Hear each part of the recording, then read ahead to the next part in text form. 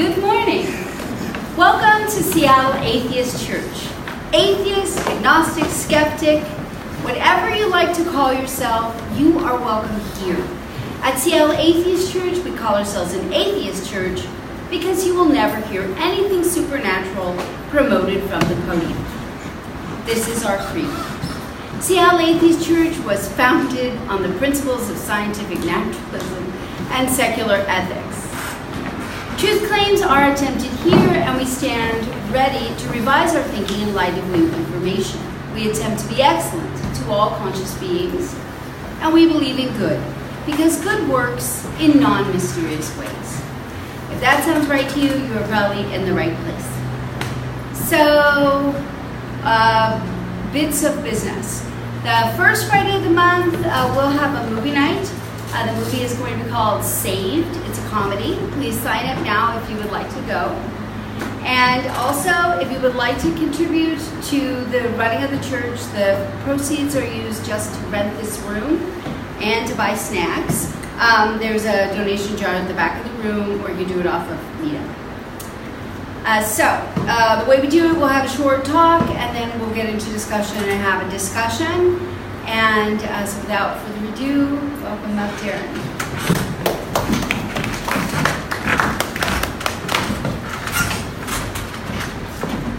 Just give me a second to get set up here, and I'll introduce myself to those of you who don't know me.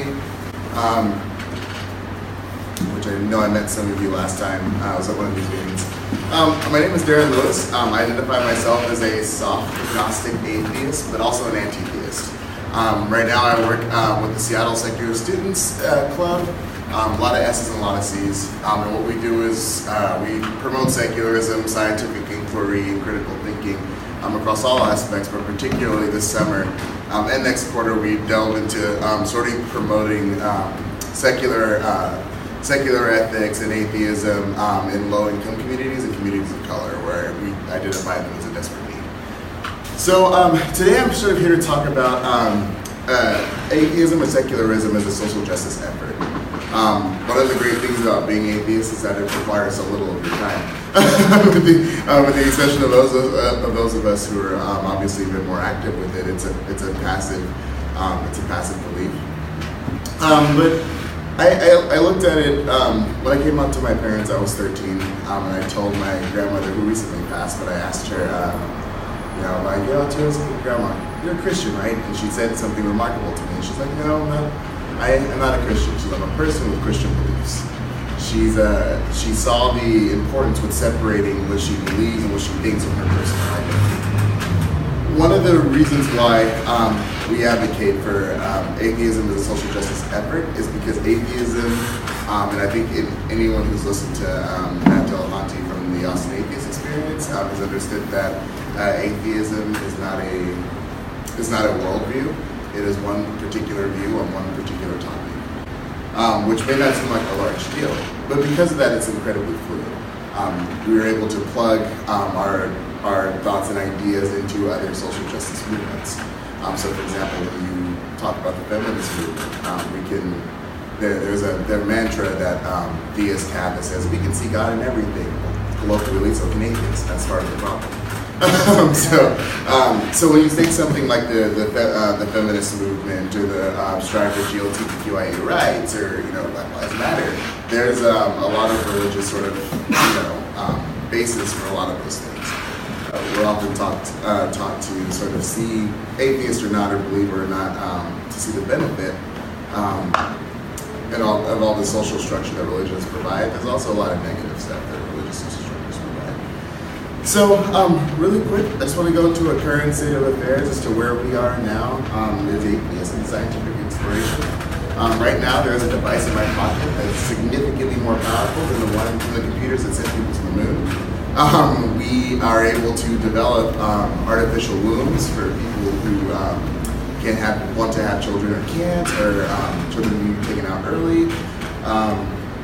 We have handheld access to, not access to, but we are very aware of the benefits of things like stem cell research. I was just telling them down there, my cultural anthropology school, the social sciences department bought a series of pretty advanced VR headsets, and we used them in my cultural anthropology class, where we can actually put ourselves in Palestine, put ourselves in these places, and maneuver around the space as if we were there, minus the danger, of course. So we've come a very long way as far as scientific development and inquiry goes. However, we still have a long way to go. So I want to give a quick history of secular and atheist activism, because it actually has a pretty rich history. One of which I'm going to talk about some contemporary people here. Philip Randolph. He was a socialist labor organizer and an open atheist during the civil rights era. He stood for side by side and actually inspired Martin Luther King's "I Have a Dream" speech.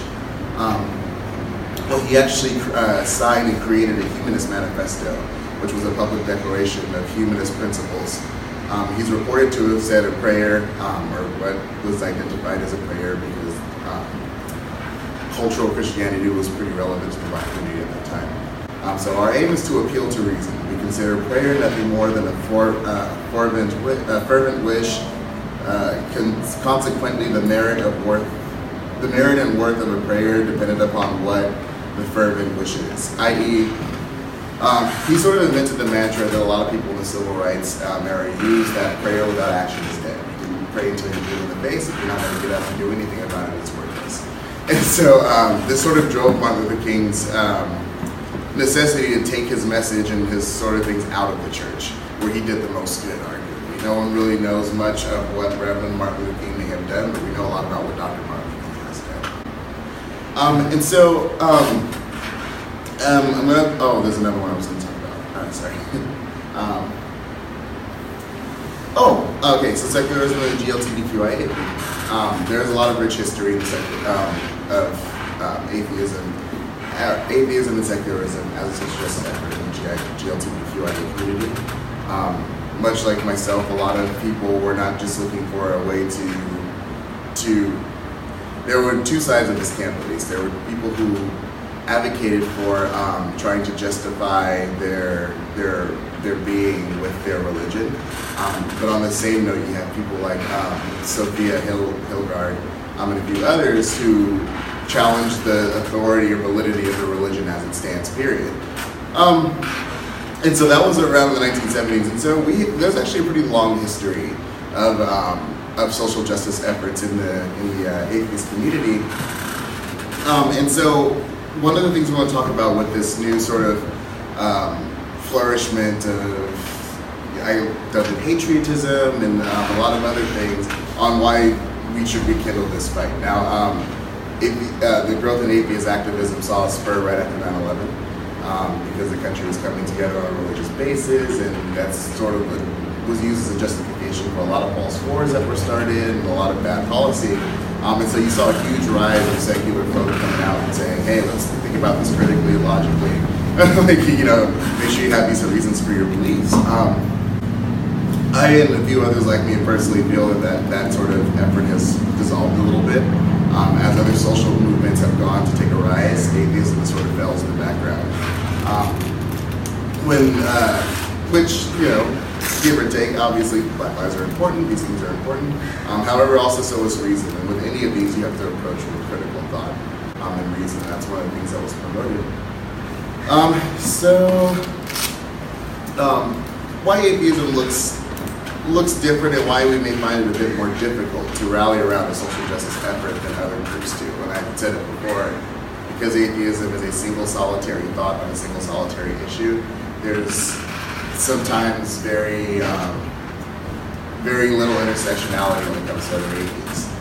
There are atheists like me who don't believe in a woman's right to choose regardless. There are atheists who question whether or not gravity is a thing.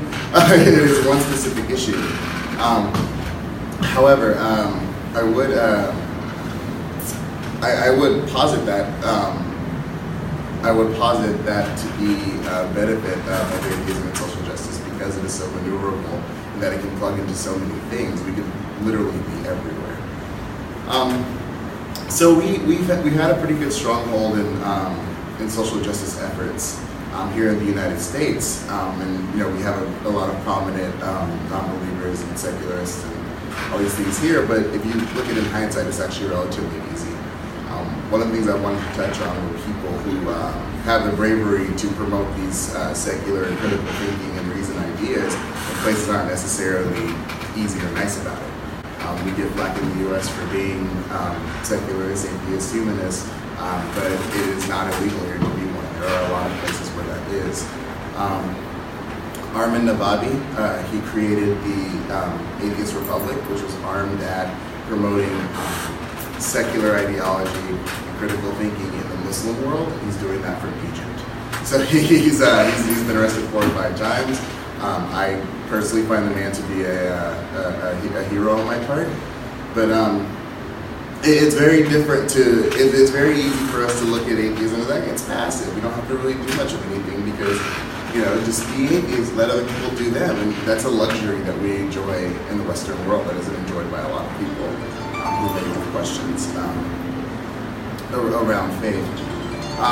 Right now there are currently 19 countries in Africa where atheism or apostasy is punishable by death. There are 5 where it's punishable by life imprisonment. There are 11 state constitutions which mandate at least some sort of religious belief in order to hold office, counter to the 14th Amendment and the First Amendment of the Congress. Another one is Sharif Gaber, also in Egypt. And he gives talks around Sudan and southern Egypt about scientific inquiry and skepticism. He has been stabbed a number of times, he's been in jail a number of times, but it's gaining it's gaining ground. He's gotten a slew of letters. His bail's usually paid whenever he goes in, and so that shows a rise in sort of secular thinking or secular support in those parts of the world. Leo Igwe is a Nigerian humanist writer. He's an advocate. He created the Nigerian Atheist Association, which is crazy illegal in Nigeria, but they still meet, and it's still very brave. So I talked about this to help us understand why our atheism and why it may be beneficial that it is passive. It is and can be equally as beneficial as an active social justice effort. We currently endure things in the United States like sexism, racism, transphobia, economic inequality, and things like that. And a lot of those have a religious fundamental basis. It's scrawled over the Bible that women are not as equal as men, in almost every Abrahamic religion's Bible. In a lot of cases, religion was used to justify things like slavery and further used to justify things like economic inequality. So basically my purpose up here was to come and sort of get you to critically think about your passive atheism, if you are a passive atheist or agnostic or the skeptic in general, and find out where you can use these sort of attributes of critical thinking, reason, logic, believing as many true things as possible or as few false things as possible, to apply those to currently existing social justice movements. And so that's what I aim to target, and I hope we have a good discussion about. Sorry, that was incredibly short. I talk really fast when you're nervous. So yeah, that's about it. Thanks.